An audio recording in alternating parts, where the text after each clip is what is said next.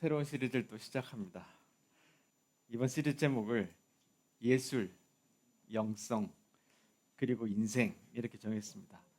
설교자의 가장 큰 고민은 자주 말씀드리지만 여러분들하고 16년, 17년을 설교를 하니까 똑같은 설교를 또 할 수는 없고 다음에는 뭔 시리즈 해야 되나.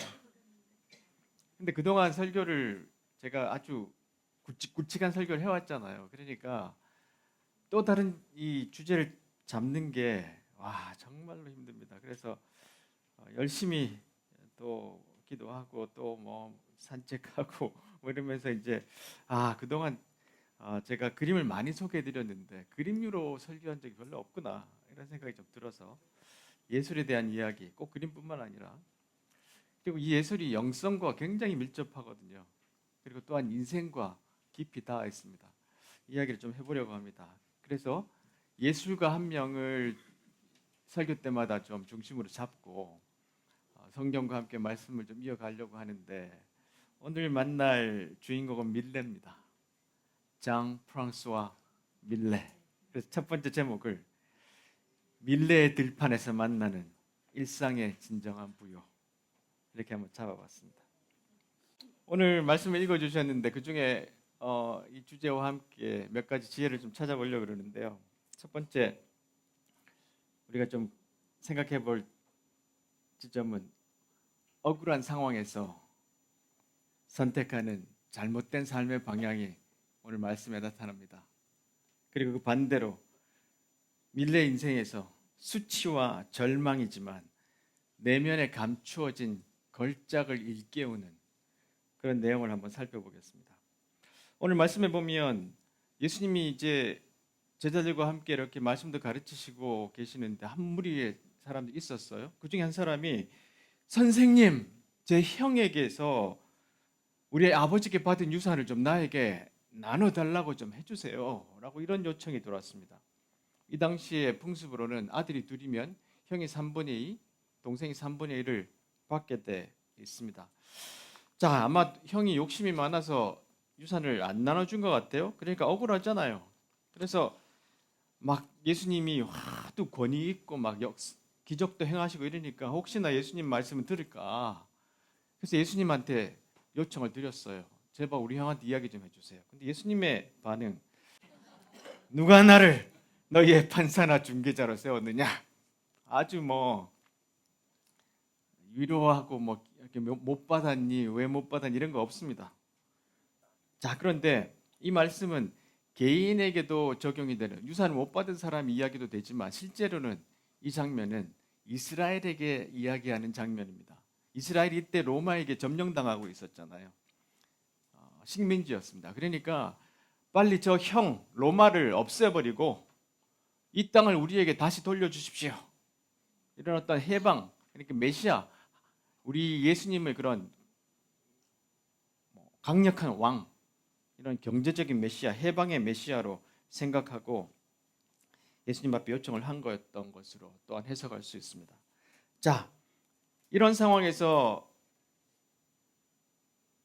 이 동생은 자기에게 유산이 돌아오기를 간절히 바라고 주님 앞에 요청하는데, 이렇게 좀 억울한 일 당하는 사람들이 이 당시에만 있었던 건 아니잖아요. 그렇죠? 지금도 마찬가지고요. 오늘 제가 소개할 이 밀레가 살았던 그 시대, 프랑스 혁명이 일어나서 아주 유럽이 격동의 시기를 보내고 있던 그때도 비슷한 시기가 있었습니다. 필요했어, 이런 미술 수업이란 책에서 이런 이야기를 합니다. 1789년부터 99년까지 프랑스에는 시민혁명, 프랑스 혁명이 일어났죠.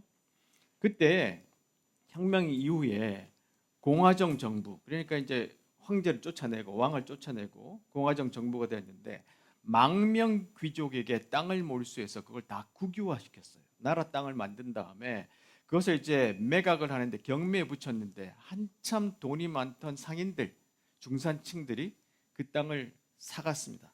그러면서 수많은 사람들이 소작농이 되고 빈농이 되었어요.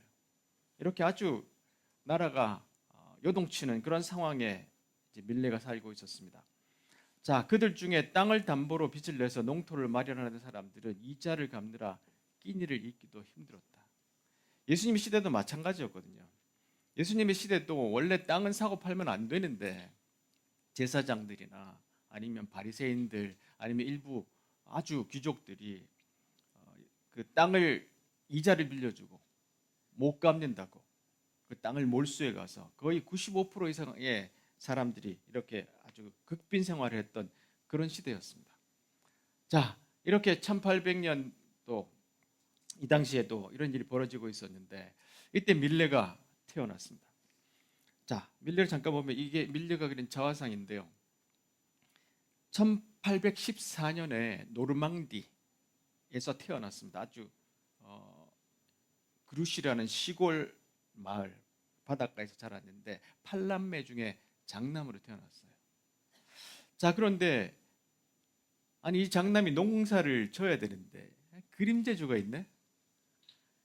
그래서 이제 그림을 자꾸 그리니까 한 18세 돼 가지고 이제 나이가 드니까 아버지가 야, 그래도 내가 너 그림 공부 시켜줄게. 아주 지원을 해서 파리로 보냅니다. 그러니까 엄청난 지원을 해준 거죠. 근데 아버지가 1년 만에 뇌염으로 사망합니다. 그러니까 다시 돌아와요. 근데 8남매 장남이니까 자기 혼자 성인이었어요, 그때. 이 가족을 먹여 살려야 되는데 할머니가 너 다시 돌아가라. 그림 그려라. 그래서 격려를 해가지고 아주 가난한 가운데 다시 파리로 옵니다. 근데 그때 만나서 결혼한 여인과 2년 5개월 만에 사별합니다. 이 결핵을 걸렸는데 이 결핵은 가난 때문에 온 병이었잖아요. 철저하게 외면당했어요. 시골 사람이라고. 그래서 뭘로 연명하며 살았냐면 그 당시에 잘 팔리는 누드화를 그렸습니다. 아주 싸구려 그림을 그려서 팔고 그걸로 이제 연명을 했는데 그러다 못 견뎌 마침내 시골로 이주합니다.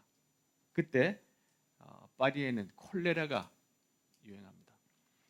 그래서 바르비종이라는 이제 조그만 시골로 이주하는데 이 당시에 많은 화가들이 거기 모였어요. 그래서 이 사건 이후에 밀레가 바르비종파를 만듭니다. 그 동네 이름을 따가지고 거기서 이제 자기 가정부를 이제 아내로 삼아서 구남매를 낳는데 비천한 출신이라고 이 결혼을 인정을 안 해줬어요.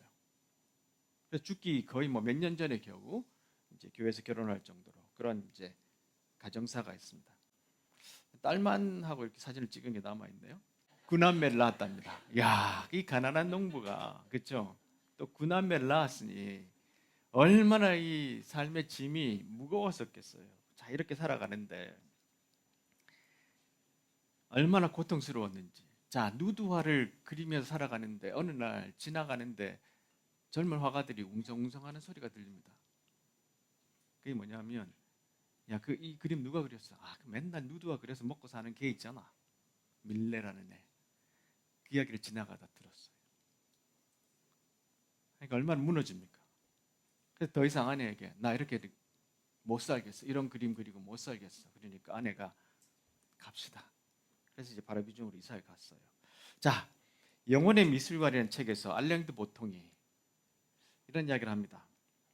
예술이 우리에게 줄 수 있는 의외로 중요한 기능 중 하나는 고통을 보다 잘 견디는 법을 가르쳐 줍니다. 예술이 주는 힘 가운데 이 책에서 7개를 이야기합니다. 제가 다 이야기는 할 수 없고 조금씩 소개해 나갈게요. 그 중에 하나가 고통을 잘 견디는 법. 그러니까 계속해서 그림을 그리는데 얼마나 고통스러웠지만 그래도 예술 때문에 고통을 견디면서 살아갔어요.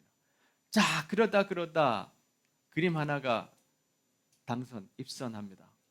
이 당시에는요, 프랑스의 살롱전이 해마다 있습니다. 거기에 화가들이 자기 작품들을 이제 출품을 하는데 거기에 당선이 돼야 그림이 팔리고 먹고 살 수가 있어요. 계속해서 출품하는데 계속해서 떨어집니다. 욕만 먹고. 근데 1847년에서 48년에 그린 이 그림 키지라는 사람 이걸로 입상을 합니다. 첫 번째 입상이에요. 이게 내셔널 갤러리에 이제 걸려 있다고 그러는데 자, 여기 보시면 아주 농부 하나가 이렇게 밀을 이렇게 기질을 하고 있잖아요. 근데 이 당시에는 이런 그림을 그리는 사람이 잘 없었어요. 이 당시에 그림 화풍은 어떤 화풍이었냐면 전부 다 좀 아주 귀족들, 그렇죠? 깔끔하고 완벽하고 부자고 이런 사람들을 주로 그렸는데 이 밀레는 계속해서 이 농부들에게 집착을 했습니다. 그래서 농부 그림을 그리다가 결국은 이 그림이 입선을 하는데요. 자, 시대를 훔친 미술에 보면 이런 설명을 합니다. 농촌의 아름다움, 우리는 아름답게 보일 수도 있는데 이런 아름다움은 도시인의 발명품이었대요. 산업화 이전의 세계의 대부분은 농촌이었다. 그리고 이 일상적인 모습은 회화의 대상이 아니었다. 농촌 대상 그림을 안 그렸다는 거예요. 뭐 가끔씩 네덜란드에 있기도 했었지만, 자, 그런데 그 모습들은 대략 농민의 어리석음을 보여주기 위해서 농부들을 그려왔었대요. 그동안은. 자, 농촌과 농민들이 회화 주제로 그려지기 시작했다는 것은 거기에서 화가들이 이제 새로운 가치, 사람의 새로운 가치를 발견하기 시작했다는 거예요. 그동안 사람들의 생각들이 계속해서 귀족들과 부르주아들과 아주 돈 있는 사람들, 그 사람들의 사치에 집중했다면 사람들의 생각들이 점점 일상의 개인의 가난한 사람들로 옮겨오기 시작했어요. 자, 그래서 다시 알랭드 보통 이야기하는 이야기를 들어보면, 자, 때때로 느끼는 바지만 사람들은 저마다 내면에 소설이나 그림 같은 것을 하나씩 품고 있다. 그렇습니까? 여러분 내면에 나 언제 한번 소설 써봐야지. 나 한번 그림 그려봐야지. 노래 한번 만들어봐야지. 시 한번 써봐야지. 이런 생각 해보신 적 있으세요? 두 분? 다들 있을 거예요. 근데 꼭 그것이 뭐 시나 그림이나 노래나 뭐 예술 다른 것이 아니라도 뭐 춤일 수도 있습니다. 그렇죠. 자, 거의 모든 사람들은 자신의 창조물과 경력이 어떤 모습일지 순간의 직관으로 느낀다. 문제는 순간의 통찰을 하나의 작품으로 변환시킬 만큼 끈기와 인내를 키울 수 있느냐. 그게 문제라는 거예요. 자, 이렇게 사람들이 계속해서 무시하는 농부 그림을 그려왔잖아요. 가난한 가운데, 불행한 가운데, 고난의 연속 가운데 계속해서 농부 그림을 그려오는데 사람들은 계속해서 얼마나 비난했는지 몰라요. 좌파 그림이다. 저거 가지고 혁명 일으키려고 그러냐. 어떻게 저렇게 천박하게 그림을 그렸나. 그림을 출품할 때마다 그 소리를 들었어요. 근데 밀레의 눈은 자기가 농부였고 그리고 일상의 농부로 사는 일상의 사람들에게 계속해서 관심이 가기 시작했다는 것입니다. 자, 그래서 우리도 마찬가지입니다. 그것이 예술일 필요는 없지만 우리 일상에 뭐를 하려면 그것을 변환시킬 만큼 끈기와 인내가 있어야 뭐가 하나 된다는 진리입니다. 그냥 되는 건 없습니다. 그렇죠? 그래서 계속해서 우리가 인내와 끈기 이것이 있어야 무엇을 이룰 수 있는데 이 밀레는 그 그림을 계속해서 그려 나갔던 것 같아요. 두 번째로 우리가 주목할 것은 내 몫의 탐욕이 채운 곳간 그러나 텅 빈 영혼의 실상. 반대로 밀레는 가난한 농부의 존엄에 주목하기 시작했어요. 예수님께서 그 동생의 요청을 듣고 난 다음에 비유로 이야기하십니다. 온갖 욕심을 경계하고 주의해라. 재산이 아무리 많더라도 어떤 부자의 밭에다 재산이 아무리 많더라도 사람의 생명이 거기에 달려있지 않다. 이런 이야기를 했어요. 예수님은 사람의 마음을 보셨잖아요. 이 둘째가 자기에게 재산을 달라고 할 때 예수님은 그 안에 숨어져 있는 그 친구의 탐욕을 보셨어요.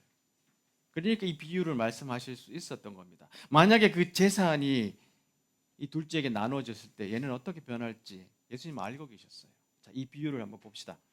예수님께서 비유를 말씀하시는데 어떤 부자의 밭에서 수확이 많이 나왔어요. 유산으로 받아 얻은 그 땅에서 수확이 많이 나왔는데 그 다음 자동적으로 드는 생각이 뭐냐 하면 뭐죠? 내 곡식을 저장할 때가 모자란다. 그러니까 곡간을 더 짓자. 그게 꽉꽉 채우고 이렇게 말한다. 인생아, 많은 재산을 가졌으니 즐겨라. 여러분, 오늘 이 본문에 누가복음 12장 여기에 예수님이 인생에 대한 이야기를 제일 많이 하셨어요. 인생, 목숨 이런 내용의 단어를 가장 많이 사용하십니다. 인생은 그런 게 아니야 라고 말씀하시는 그 장면들이 여기에 꽤 많아요.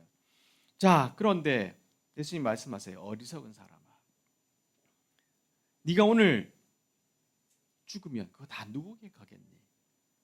자, 이 둘째는 내 몫이라고 주장했잖아요. 형한테 이 유산을 꼭 받아야 된다. 유산을 받아야 되는데, 근데 그것이 보세요. 어떨 때는 나한테 꼭 필요한 것이 되고 내 것이지만 그것이 내 것이 되었을 때 어떻게 되냐면 탐욕으로 쉽게 변질됩니다. 거기서 곡식이 많이 나왔을 때 이건 내가 유산으로 받은 거니까, 그리고 원래 없던 거를 받았으니까 곡식이 넘쳐나면 하나님 말씀대로 좀 나누자 이런 생각이 들면 좋은데 인간은 그렇지 않습니다. 곡간을 더 크게 짓자. 근데 하나님 말씀하시기를 네가 생각하는 그런 방식의 인생은 바른 방식이 아니야. 그렇게 말씀을 하세요. 자, 반면에 밀레는 바르비종이라는 시골로 돌아와서 거기서 이제 그림을 그리는데 많은 사람들은 그냥 풍경을 그렸어요. 근데 이 사람은 가난한 사람들을 그리기 시작합니다. 이 그림은 휴식하는 수학자들이라고 유명한 또 그림입니다. 원래 그 제목은 룻과 보아스로 졌다가 출품할 때 이름을 바꿨어요. 근데 사람들이 딱 보면 알죠. 아, 이게 어떤 그림이구나. 저 끝에 보면 룻이 이렇게 이삭을 좀 이렇게 갖고 안고 있잖아요. 보이시나요? 거기에 이제 보아스가 좀 서 있는 것 같기도 하고, 또 수확하다 사람들이 이렇게 쉬면서 돌아보는 이 장면을 그렸는데, 사이즈가 한 뭐 1m 120cm 가로로 이 정도 되는 그림을 출품을 했는데 사람들이 이 그림 보고 좋아했을까요? 어마어마하게 비난했습니다. 성경 그림을 그렸는데 왜 비난했냐고 하면 이 당시에 성경 그림을 이렇게 그리려면 화려하고 아름답고 멋있게 귀족으로 그렸어야 돼요. 근데 아주 프랑스의 일반 가난한 농민들을 주인공으로 그렸단 말이에요. 자, 이 그림을 보세요. 몇 년에 걸쳐서, 거의 2년에 걸쳐서 그리잖아요. 근데 이걸 팔아야지만 먹고 사는데 안 팔리는 겁니다. 그래서 헐값에 팝니다. 한 3,000 프랑 정도. 지금으로 하면 한 3천만 원 정도 된대요. 많이 받은 거 아닌가? 근데 9명 먹여 살리고, 그렇죠? 그림 그리고 살려면 1년에 그걸로도 너무나 부족한 돈이었대요. 그리고 굉장히 수치스러웠대요. 내가 이 정도 돈 받고 2년 동안 그린 그림을 이렇게 팔아야 된다는 거에 대해서. 자, 이렇게 그렇지만 포기하지 않고 계속 그림을 그리다가 57년에 여러분이 잘 아는 이발소 그림. 왜 이발소, 한국에서 이발소 그림이냐면 이발소에 갈 때마다 이 그림이 다 걸려 있대요. 심지어는요, 무슨 크래커인가 그 과자 포장지로 이 그림이 쓰여졌어요. 그래서 제가 이제 네이버에 찾아보니까 거기에 광고가 이 과자 먹고 루브르 가자 뭐 이런 광고 거기 안에 뭐 들었던 모양입니다. 자, 실제 사이즈는 112cm에 84. 이건 조금 뭐 파는 거로 작은 사이즈인데 정말 유명한 그림이죠. 그렇죠? 이삭 줍는 여인데. 자, 근데 이 그림 안에 밀레가 굉장히 많은 걸 숨겨놨어요. 좀 확대해서 보면 여기 잘 보이실지 모르겠지만 말탄 관리자가 하나 보입니다. 이 전체 그림은 보시면 이렇게 3분의 2 정도는 이렇게 대지를 그렸고 하늘을 좀 더 좁게 그렸죠. 그리고 이 앞에는 세 여인이 이렇게 이삭을 줍고 있는 모습이 그려져 있고 저 뒤에가 희미하게 배경이 처리가 되어 있는데 저 배경 끝에 보시면 이 관리자가 여기에 추수하는 사람들을 관리하고 있어요.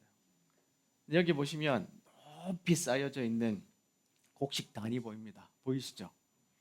자, 조금 전에 아까 말씀드렸던 것처럼 이 당시에 사람들이, 대지주들이 이 땅을 사가지고 소작농들을 부리는데 관리자를 보내가지고 이 어마어마한 이제 밀밭을 이제 추수를 하는 겁니다.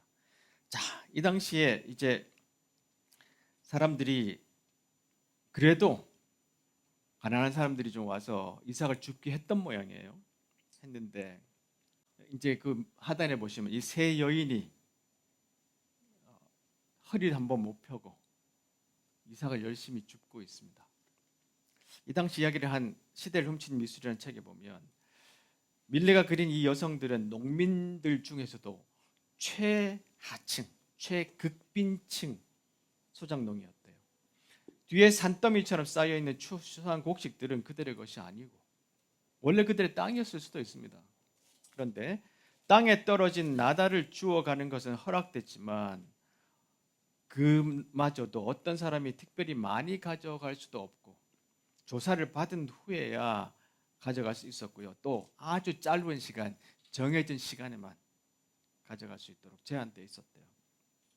그림 속 저편에는 말을 탄 감시자가 보이는데 그들의 손에 들려있는 더미는 얼마나 적은지, 오랫동안 허리 한번 펴지 못하는 고된 노동의 대가치고는 너무 빈약하지 않은가.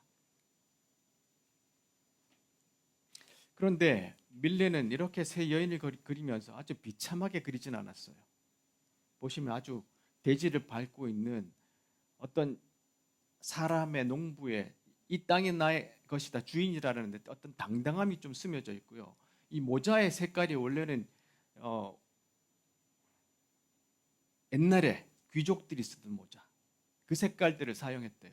그러니까 벌써 이 장면 속에서 이 사람들이 이렇게 이삭을 줍고 있는 것 같지만 누추한 사람들이 아니야. 이 사람들은 굉장히 존귀하고 존엄한 사람들이야 라는 이야기를 하려고 이 그림에서 이 사람들이 이렇게 아주 큰 이제 그림 안에 세 사람 사이즈가 또 굉장히 크게 그렸던 것이죠. 밀레는 이렇게 이제 사람들을 그릴 때 주로 이렇게 좀 농부들의 모습을 직설적으로 좀 그렸어요. 이 그림은 씨 뿌리는 사람들이잖아요. 혹시 이거 비슷한 그림 기억나시는 분 계세요? 이 그림을 정말 따라했던 사람이 하나 있습니다. 고흐가 밀레를 참 많이 따라했어요. 고흐가 자기 동생 테오에게 보내는 편지에서 밀레를 이야기할 때 항상 앞에 아버지 밀레라고 썼답니다. 그래서 습작을 할 때 밀레 그림들을 굉장히 많이 그렸어요. 그래서 이 밀레는 사실은 사실주의 화가입니다. 그런데 인상주의 화가들에게 굉장히 많은 영향을 줬어요. 이 그림은 이제 감자를 캐는 사람들입니다. 감자 캐는 사람들의 주제는 참 많았는데 이 당시에 이 사람들의 주식이 감자였는데 1800년도 중반에 감자 잎사귀병이 돌아서 유럽에 어마어마한 사람들이 굶어 죽었어요. 이런 사람들의 모습을 실제적으로 계속해서 그려나갔던 밀레의 모습이고요. 또 하나 이 그림이 굉장히 센세이션을 일으켰습니다. 이게 뭐냐면 괭이를 짚은 남자라는 그런 이제 그림인데 이 그림이 나오자 평론가들이 어떻게 이야기를 했냐면 농부가 아니라 살인자나 짐승처럼 그렸다. 지옥에서 온 악마 같다. 이렇게 표현했습니다. 그러니까 농부의 그 아주 고단한 삶의 모습을 그냥 아주 사실적으로 우리에게 보여주고 있잖아요. 근데 평론가들이 이런 그림을 되게 싫어했어요. 근데 그들이 누구냐 하면 상류층 사람들이었어요. 자, 이 이야기에 대해서 밀레가 나중에 이야기하기를 창세기 3장에 보면 하나님이 사람이 엉겅퀴와 땅을 갈아야 된다고 말씀하고 있지 않느냐. 나는 이들의 가난한 노동들이 하나님이 주시는 우리의 진정한 원래의 모습이다. 이것은 존귀한 모습이다. 위대한 시다. 이렇게 표현을 했습니다. 자, 천장에 벌써 넘겨놨네. 네. 자, 이제 그 다음에 영혼의 부딪힘이라는 책에서 이런 표현을 어떻게 우리에게 알려주냐면, 우리를 치유해 주는 것, 이런 상황에서 이런 비난을 듣거나 우리 인생이 힘들 때 우리를 치유해 주는 것이 그림인데, 자신의 분노, 슬픔, 좌절들을 분출시키며 직접 그림을 그리거나 그런 감정으로 소통한 작품들을 통해 위로를 받을 수 있대요. 이런 그림들, 조금 전에 보셨던 이런 그림들을 보는 사람이 위로받고 격려받을 수 있다는 겁니다. 화려한 귀족들이 있는 그런 그림보다. 그리고 이때 위로를 받는 것보다 더 놀라운 치유는 상대를 치유함으로써, 상대의 상처를 치유함으로써 나의 상처도 치유받는다는 거예요. 미술사의 대가들 중 상처 없는 인간은 거의 없다. 그렇죠? 여러분, 미술을 그렸던 사람들 중에 정말로 화려하고 잘 살았던 사람 손에 꼽힙니다. 여러분, 뭐 나중에 이야기하겠지만 반 고흐도 마찬가지였고요. 수많은 사람들이, 미술가들이, 예술가들이요, 굉장히 어렵게 살다가 왔습니다. 밀레도 나중에 조금 이제 작품들이 인정받고 좀 말년이 괜찮았던 사람이긴 하지만, 미술의 대가들 중에 상처 없고 고난받지 않은 사람은 거의 없습니다. 그들은 자신의 상처를 미술이라는 이 비언어의 매체를 통해서 스스로 치유하기도 하고 타인의 상처를 보듬는데 농부화가라 불리는 장 프랑스와 밀레도 그랬다. 그는 가난의 역경 속에 허우적대는 비루한 사람들의 삶을 보고 자라면서 그림을 통해 그들의 절망을 희망으로 위로했다. 이런 그림을 그리면서 실제로 부자들을 위한 그림이 아니라 어렵고 힘든 사람들을 위한 그림을 그렸어요. 자, 세 번째로, 탐욕과 염려가 반복되는 롤러코스터 인생.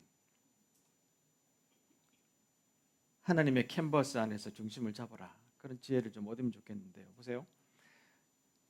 이 유산을 달라고 했던 이 동생이 처음에는 이건 내 몫이야, 그거 마땅히 받아야 돼, 이렇게 주장을 했잖아요.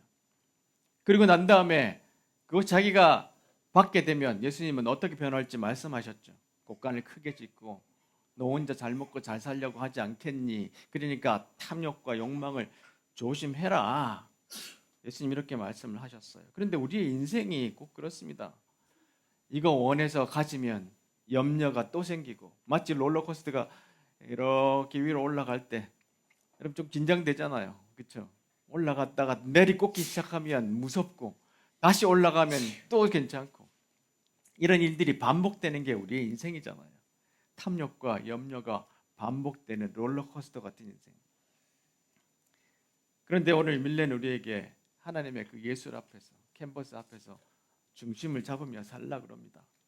자, 오늘 읽은 말씀 그 뒤에 또 중요한 말씀이 있는데, 예수님이 이제 제자들에게 가르칩니다. 비유는 사람들에게 이야기했고 제자들에게 모아놓고 이렇게 이야기하십니다. 자, 내가 너에게 말한다. 목숨을 위하여 무엇을 먹을까? Bless you. 몸을 위하여 무엇을 입을까? 염려하지 마라. 목숨이 음식보다 중요하고 몸이 옷보다 중요하다. 까마귀를 생각해봐라. 까마귀는 씨를 뿌리지도 않고 거두들이지도 않는다.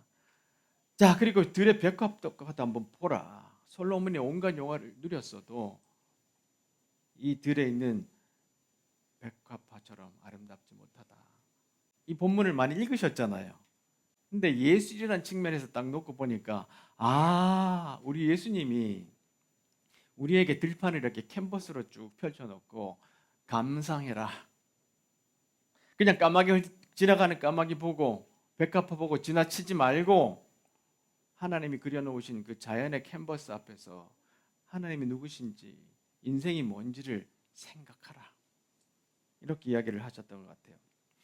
화가들이 그림을 그릴 때 이것저것 다 그리진 않잖아요. 순간에 딱 포착해서 그리잖아요. 조금 전에 보셨던 것처럼 내가 딱 전하고 싶은 메시지, 아니면 내가 감동받은 부분을 정해서 그리잖아요. 그 선택받은 부분들이 그림에 있는데 그 그림들이 우리에게 말을 전하는 겁니다. 감정을 우리에게 알려주는 거죠. 자, 그렇게 우리가 인생을 살아야 되는데 우리는 이 롤러코스터를 타느라 탐욕과 염려의 이 롤러코스터를 계속 타고 다니느라 인생이 엉망이 되는 삶을 살아갑니다. 여기서 중요한 컨셉을 하나 좀 설명을 드려야 되는데, 김정은 씨가 말하지 않고 말하기라는 책에서 한 걸 좀 이렇게 요약해서 그려봤어요. 여러분, 옛날에도 아마 제가 소개한 단어인데 독일어 단어 중에 빌둥이라는 단어가 있습니다. 빌둥. 자, 이 빌둥이라는 단어는 뭐냐 하면 독일에서는 진정한 자기 형성, 내가 어떻게 진짜 하나님을 닮은 사람이 되느냐, 얼마나 이 인생을 아름답고 고귀하게 살아갈 수 있느냐라는 이런 내용을 담은 단어가 저 빌둥이에요. 그러니까 내적 성장, 자아를 깊이 도야하고 인격을 형성하고 나는 어떤 사람이 되어야 하는가, 거기에 고전을 읽고 그림을 보거나 음악을 듣거나 산책을 하거나 이런 여러 가지 일들을 하면서 자기가 철학을 배우면서 성경을 보면서 내가 어떤 좋은 사람이 되어야 되거나 어떤 좋은 그리스도인이 되어야 되거나 이런 생각을 하는 것이 저 빌둥이라는 단어예요. 그런데 일본이 저 단어를 가져가면서 교양이라고 번역했대요. 이건 동양에 없는 개념이었어요. 그동안은 무조건 사무라이처럼 그냥 위에서 말하면 따라하면 되는 시대에 살다가 이 빌둥이라는 단어가 왔는데 이게 교양이라고 왔습니다. 그래서 이 교양을 아주 일본식으로 번역을 해가지고 선택된 신분을 과시하는 것. 내가 음악 감상하는 대로 갔잖아요. 그 신분 과시야. 비싼 그림들을 보고 신분 과시야. 나는 음악도 잘 알고 책도 잘 알고 그림도 잘 알고 이게 인격 형성이 아니라 이게 내 신분 과시로 일본에서 이렇게 자리를 잡았어요. 교양이라는 이름으로. 그래서 여러분 필독도서 100 이런 이야기 들어보셨잖아요. 그런 이야기들이 다 일본에서 나왔대요. 자, 이것이 어떻게 되냐면 일본 사람들은 점점점 내면화되면서 이게 나르시시즘 이렇게 아주 축소되는 쪽으로 들어갔는데 이게 식민지로 우리나라가 그때 일본에 있을 때 우리나라에 수입이 됐는데 우리나라는 이걸 어떻게 받아들였나 하면 인정투쟁. 내가 이 정도 교양이 있으면 다른 사람에게 인정받을 수 있을 거야 하는 목적으로 교양을 쌓았다는 겁니다. 전쟁이 끝나고 한국에서는 신분을 어떻게 이제 나눌 그런 모든 기초가 다 사라졌대요. 무에서 시작했는데 그러니까 이 교양 어디 카페에 가서 이렇게 카페 고베라 그러냐 그걸 마시면서 클래식을 듣는 이런 것들이 내 신분 과시에서 또한 인정투쟁 남이 나를 인정하는 것. 그래서 수많은 요즘 시대에 사람들이 SNS를 통해서 내가 인정투쟁을 하잖아요. 이게 교양이라는 것으로 변질이 됐다는 겁니다. 실제 빌둥이라는 것은 내가 어떤 사람이 되느냐의 문제인데 이것이 일본을 거치면서 한국을 오면서 이렇게 변해버렸대요. 자, 왜 이야기를 하느냐면 예술이 우리에게 어떤 의미를 주느냐 그 이야기를 하려고 합니다. 자, 균형이 완벽하게 잡힌 사람은 드물다. 그렇죠? 우리 모든 사람 다 그렇죠. 우리의 심리적 변천사, 인간관계, 일상적인 노동은 우리의 감정이 어느 한 방향으로 심하게 기울어질 수 있으면 보여준다. 롤러코스터를 탑니다. 예를 들어 우리는 너무 자족하거나 내가 곡식을 많이 거뒀으니 곡간을 더 짓자. 아니면 너무 불안정하거나 유산을 좀 내게 주게 해 하십시오 이렇게 하거나 너무 신뢰하거나 너무 의심하거나 너무 진지하거나 너무 명랑한 상태에 쉽게 빠진다. 예술은 우리가 잃어버린 성향을 농축된 형태로 내놓아 우리의 기울어진 자아의 적당한 균형을 회복시켜준다. 자, 저런 농부의 그림을 보면서 우리가 다시 한번 우리가 갖고 있는 이 롤러코스터에서 벗어나서 중심을 잡도록 우리를 인도해 준다는 거예요. 여러분 그림 앞에서 울어본 적 있습니까? 펑펑펑 울어보신 적 있어요? 어떨 때 그림 앞에 서면 그 주인공을 눈이 나와 딱 마주쳤을 때 나도 모르게 그 앞에서 펑펑펑 울 때가 있습니다. 그것이 마치 우리가 하나님 앞에서 펑펑펑 울 때와 비슷한 경험이에요. 그것이 우리 안에 있으면서 우리를 균형으로 잡아줘요. 뭐 이런 그림들은 아마 예수님이 말씀하셨던 들에 있는 백합화와 까마귀를 보라 이렇게 얘기할 때 밀레가 자연을 보면서 그렸던 그림이 아닌가 싶어요. 그래서 우리가 이런 그림이나 예술이나 자연을 보면서 그 포착된 그림 안에서 자연 안에서 하나님이 하시는 말씀, 염려하지 마라, 두려워하지 마라, 탐욕을 경계해라, 이런 말씀을 들을 수 있어야 됩니다. 그림 하나 마지막으로 소개하고 말씀을 좀 맺어야 되겠습니다. 이 그림 제목 아시는 만종, 그렇죠? 만종.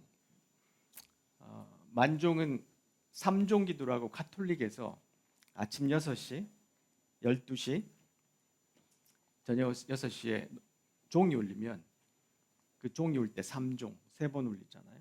그때 하는 기도인데 밀레에게는 할머니가 아주 특별했던 것 같습니다. 아까 말씀드렸던 것처럼 할머니가 다시 돌아온 밀레를 보냈잖아요. 근데 그 할머니를 추억하면서 이런 이야기를 했어요. 나의 할머니는 들에서 일을 하다가도 종이 울리면 일을 멈추고 가엾게 죽은 이들을 위해 기도드렸다. 그것을 생각하며 그렸다. 이 바구니가 감자 바구니입니다. 감자를 캐고 난 다음에 여기다가 아주 몇 개 없어요. 놓고 감사 기도를 드립니다. 자, 근데 여러분 들어보셨겠지만 이 그림이 논란이 됐습니다. 달리가 계속해서 이 그림을 볼 때 뭔가 이상하다. 이 그림에 뭔가 우울과 슬픔과 아주 어두움이 있다. 물론 이 그림을 처음에 출품했을 때 어둡다고 난리 났습니다. 평론가들이. 그래서 달리는 이건 감자 바구니가 아니고 아이 시체를 담은 관일 거라 그걸 계속 주장했어요. 그러다가 이 그림이 한번 상처가 납니다. 누가 칼로 그어가지고. 그래서 어쩔 수 없이 복원하느라 엑셀을 또 찍었는데 거기에 이렇게 관이 실제로 나타났답니다. 근데 이게 실제로 아이를 묻은 관인지는 뭐 100% 정확하게 이야기할 수 없지만 그렇게 말할 수는 없지만 사람들이 단정할 수는 없지만 그래도 그 엑스레이 안에서 이렇게 처음에 밀레가 그리려고 했던 것이 이 그림이 아니었을까라는 이야기도 하기도 합니다. 가난한 농부 부부가 힘들고 어려운 시간을 가졌을까요? 그러니까 이런 그림 앞에 쓰면 아이를 잃은 엄마가 아니면 고단한 하루를 보냈던 사람들이 다시 한번 위로를 받고 힘을 얻습니다. 자, 그래서 아랭도 보통 이런 이야기를 합니다. 예술의 임무는 우리의 슬픔에 존엄성을 부여하는 것이다. 굴욕, 자기 회의, 금전적 불안은 우리가 싸워 나가야 할 인생의 문제들이지만 그것은 우리가 멍청해서나 무능해서가 아니다. 우리는 종교 역사에서 가르침을 얻고 개인적으로나 사회적으로 고통의 이미지들에 반복적으로 주의를 기울이고 경의를 표하는 습관을 정착시켜야 된다. 그러니까 우리가 너무나 쉽게 지나가 버려요. 근데 이런 그림 앞에 쓰면 한 10분, 20분 서 있잖아요. 한 그림 앞에. 순간순간 지나가는 그런 세상에 그냥 우리가 익숙해 있지만 경의를 표하는 습관을 가져야 된다는 겁니다. 기독교 예술은 가장 중요한 인물이 비참하고 절망적인 상황에 처했을 때의 모습을 강조한다. 그 목적은 고통과 슬픔이란 삶이 잘못된 길로 들어선 결과가 아니라 옳은 일을 하고자 할 때 흔히 따라오는 부산물임을 상기시켜 주는 것이다. 고통과 슬픔이라는 것은 내가 잘못된 선택의 결과가 아니라 옳은 일을 하고자 할 때 따라오는 부산물이다. 이런 표현을 씁니다. 말씀을 인용하면서 끝을 내면 예수님께서 이런 말씀으로 전체 이 가르침을 마무리하셨죠. 두려워하지 마라. 너희 아버지께서는 하나님 나라를 너희에게 주시기를 기뻐하신다. 너희 소유를 팔아 자산을 베풀어라. 있는 사람들은 더 짓지 말고 고간에 누리지 말고 소유를 팔아 자산을 베풀어라. 그리고 너희를 위하여 낡지 않는 지갑을 만들고 하늘에 없어지지 않을 재물을 쌓아라. 거기는 도둑이 접근할 수 없고 좀 더 먹는 일이 없다. 너희의 재물이 있는 곳에 너희의 마음이 있다. 영혼의 미술관 책 한 번 더 인용하고 말씀을 맺겠습니다. 수십 년 동안 인류의 고상한 욕구를 무시하면서 엄청난 부를 끌어모은 뒤에 말년에 그런 특정 지역에 위치한 예술의 전당 오페라 하우스 국립미술관의 놀라운 자선 사업을 벌여 그 고상한 욕구들을 재발견하기보다, 이 뜻은 뭐냐면 돈을 어마어마한 번 다음에 그림 좀 사가지고 기부하고 이런 삶을 사는 것보다 처음부터 돈을 버는 일상의 직업 안에서 진리와 친절과 아름다움을 대중에게 더 생생하고 접근하고 쉽게 만들려고 노력하는 편이 더 값지고 진실하지 않을까, 이런 이야기로 우리에게 경각심을 줍니다. 오늘은 밀레의 삶을 좀 살펴봤습니다. 첫 번째 교훈은 아주 고난과 역경의 삶이었지만 포기하지 않고 계속해서 남들이 가지 않은 길들을 갔습니다. 거기서 인간의 존엄성을 발견하고 남들이 그리지 않는 그림들을 그려가다가 마침내 그의 그림이 많은 사람들을 위로하고 또한 후대의 화가들을 바꾸는 그런 영향을 주었습니다. 또한 우리에게도 이 그림들을 볼 때 흔들리는 삶들이 다시 한번 균형을 잡을 수 있도록 기회를 주는 그런 영향을 줍니다. 주님의 말씀도 마찬가지입니다. 불안과 염려, 탐욕의 롤러코스터를 타다가 한 주간 이곳에 왔는데 우리 주님 말씀하십니다. 염려하지 마라. 염려하지 마라. 다 함께 기도하겠습니다.